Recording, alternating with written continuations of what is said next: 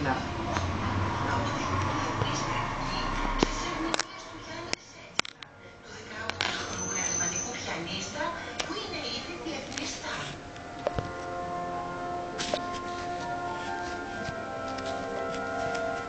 Πλάκες μουσικές είναι αυτές. Πώς είπα άλλος εχθές, σκότωσαν το κομμάτι. Much of what we do in our free time is to check what's on Facebook, what's going on online, what's going on. It's so fast. And that's great, but at the same time, this music makes you take a step back.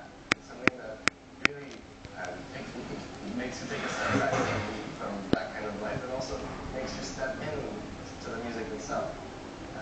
And I think it's a very spiritual experience.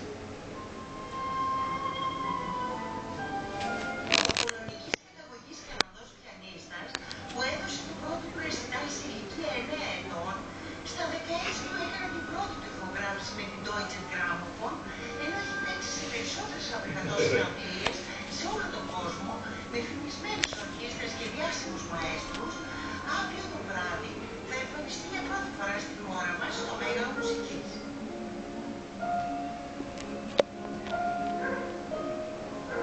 Στο ρεσιτάλ που πραγματοποιείται σε συνεργασία με την Πρεσβεία του Καναδά, θα ερμηνεύσει έργα Μπαχ, Σοπέν, Μεσσιάν και Μότσαρτ.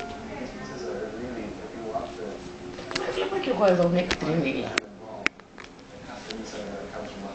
Ξύνεσαι ταυτόχρονα.